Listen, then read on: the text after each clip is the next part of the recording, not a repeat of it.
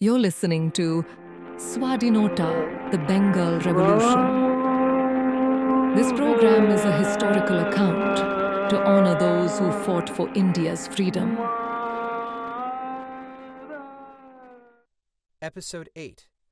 In the far eastern side of Bengal, in the town of Comilla, were born three girls, Prafulla Nolini Brahmo, Shanti Sudha Ghosh, and Suniti Chowdhury. These brave teenagers became symbols of the boundless strength and unwavering resolve of Indian women, the icons of women revolutionaries. Their love for the motherland and commitment to independence brought them great renown and to the forefront of history. Under the tutelage of Dinesh Majumdar, the practice of baton play, gun training, and exercises were ongoing. When Subhas Chandra went to Comilla, he signed an autograph to Shanti Sudha with the message, "Take up a weapon, ye mother, to save thy honor." Bimal Pratibha Devi, who fired up Shanti's freedom fight ambitions, wrote, "May you be like the Shanti of the novel Ananda Math." Prafulla Nolini, who founded a branch of Shanti Sangha in her school, roped in Shanti Sudha, then 16, and Suniti Chowdhury, then 14, to become fellow members. Soon they found they shared an intuition that they would bring freedom to India by self-sacrifice and adopting militant means. Prafulla Nolini and Suniti were finalizing an application they would write to the magistrate asking, "Your Majesty, to approve an application for a swimming club in their school." Shanti and Suniti were selected by the senior members of the Giganta group to reach to Magistrate Stevens for this purpose. They have used pseudonyms to sign the application. With this pretext of approving an application, the girls wanted to reach close to the Magistrate Stevens, who was doing a number on the freedom fighters, and send him to his maker. Shanti, Suniti, and Prafulla Nolini wrote a petition addressed to District Magistrate Stevens, using pseudonyms to mask their identities. Dear Your Majesty, with due respect, we wish to draw your attention that we need your support and approval for construction of a swimming pool in our school. We have 350 students and nearly half of them can swim. The fundraising will be easy if it has your nod. We will form a swimming club and we wish to welcome you, sir, if we may, as the honorary president and advisor of the club. This will be a good gesture as a caring administrator who looks after the sporting needs and welfare of the girls in the district. Sincerely, Mera Devi Ila Sen. Through this petition, Shanti and Suniti sought to get close to Charles Stevens, a British magistrate infamous for his brutal suppression of revolutionaries in Comilla. Their mission was to deliver justice. At a secret location, Shanti and Suniti prepare for their mission, armed with weapons and supported by their revolutionary mentors. Biren Bhattacharya procured the arms, and Okhil Nandi delivered them to Shanti. Guided by mentors like Biren Bhattacharya, Sotish Roy, and Okhil Nandi, Shanti and Suniti, further inspired by Swami Vivekananda's ideals, armed themselves for their daring mission. When Stevens stepped out of his office with the petition, Shanti and Suniti, unflinching and precise, fired at him, bringing the pistols out from under their shawls. The oppressor magistrate falls to the ground lifeless. Their act of defiance and courage remains etched in the history of Bengal. Shanti and Suniti, then aged 16 and 15, stand in the courtroom, back turned to the judge, defiantly refusing to sit. The camera zooms in on their resolute faces. There they stood, unbowed and unbroken. Their refusal to face the judge symbolized their protest against the oppression of their people.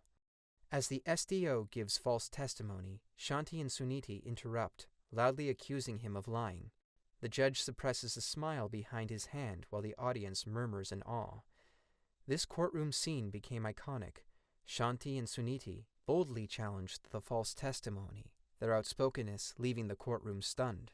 The judge sentences Shanti and Suniti to 12 years of imprisonment. They got quite disappointed by this, expecting the death sentence to become the first women martyrs in India. As they are escorted through the corridors, the camera captures their unwavering faces.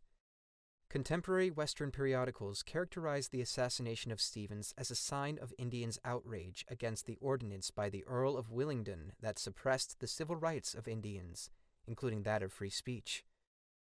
Sources in India portrayed the assassination as Ghose and Chaudhary's response to the misbehaviors of the British district magistrates who had abused their positions of power to rape Indian women. After the verdict was announced, a flyer was found by the intelligence branch of police at the Rajashahi district, praising Ghose and Chaudhary as national heroines. The poster read, "Thou art freedom's now and fame's," and displayed photographs of the girls alongside Robbie Burns' poem Scots Wha Hae. Tyrants fall in every foe, liberties in every blow. Let's do or die. Inside the prison, Shanti and Suniti interact with fellow prisoners, spreading cheer, songs, and a spirit of resistance. They became symbols of resilience among their fellow inmates. They brought joy, inspiration, and a sense of purpose. One day in prison, Shanti receives a letter from her mother. She reads it with quiet demeanor. The one who shackled your tender hands and took you away is my Prahlad's Hari. After penance, he will return you to my embrace.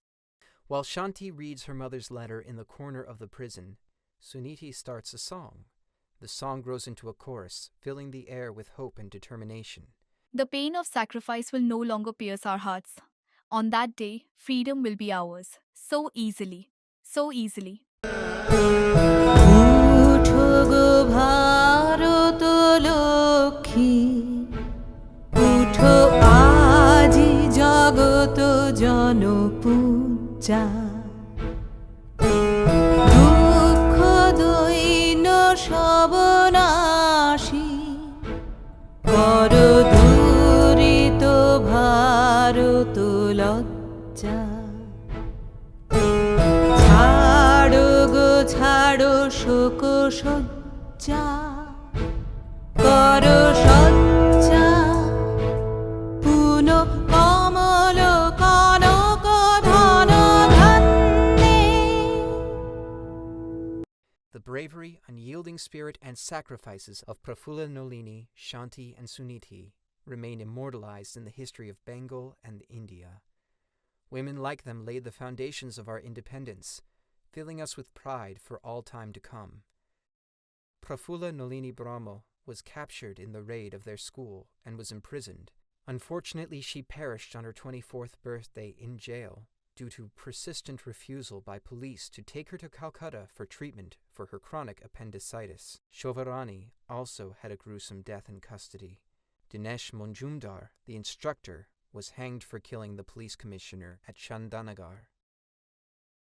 The rebellion spread across all provinces in India, and in one notable incident, a group looted a train at Kakori, Uttar Pradesh, targeting cash boxes. 4 individuals, Ashfakullah Khan, Rajan Lahiri, Roshan Singh, and Ram Prasad Bismil, were arrested and subsequently hanged for their involvement. Meanwhile, in Calcutta, Begum Rokia worked tirelessly to advocate for the rights of minority women and to raise political awareness. In Chittagong, Abdul Rahim Khan joined a group of freedom fighters, further fueling the struggle for independence. In Western countries, political assassinations are not always condemned, even by thoughtful and respectable individuals. Those who carry out such acts, if successful, are often hailed as heroes. If caught and executed, they are remembered as martyrs. They are rarely branded as mere murderers. This perspective is reflected in the words of Matthew Arnold, as seen in the following lines from one of his poems. Murder, but what is murder? When a wretch for private gain or hatred takes a life, we call it murder, crush him, and brand his name. But when for some greater public cause an arm is, without love or hate, austerely raised against a power exempt from common checks, dangerous to all, to be thus annulled, ranks any man with murder such an act? With grievous deeds, perhaps, with murder not. An excellent example of murder for revenge was enacted by the Chepakar brothers and Mahadev Ranade, who killed 2 British officials who entered Maharashtra homes and raped women in the pretext of giving aid in the time of plague. They were put to death in May 1899.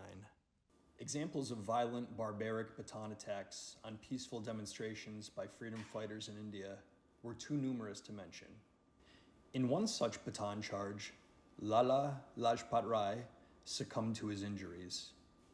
He was one of the famous assertive triumvirate Lal Balpal, namely Lala Lajpat Rai, Bal Gangadhar Tilak, and Bipin Chandrapal, who recruited freedom fighters from different regions of India in the common goal of attaining freedom. Between 1906 and 1918, they ignited a spirit of nationalism and self-confidence in people. Even Anglo-Indian journals have sometimes argued in justification of political assassination. For instance, when in 1906 certain persons were assassinated in the villa of Pyotr Stolypin, the Russian premier, the Pioneer wrote in its issue of 29th of August, 1906, "The horror of such crimes is too great for words, and yet it must be acknowledged almost that they are the only method of fighting left to a people who are at war with despotic rulers, able to command great military forces against, in which it is impossible for the unarmed populace to make a stand. When the Tsar dissolved the Duma, he destroyed all hope of reform being gained without violence. Against bombs, his armies are powerless, and for that reason he cannot rule as his forefathers did, by the sword. It becomes impossible for even the stoutest-hearted men to govern fairly or strongly when every moment of their lives is spent in terror of a revolting death, and they grow into craven shirkers or sustain themselves by a frenzy of retaliation which increases the conflagration they are striving to check. Such conditions cannot last."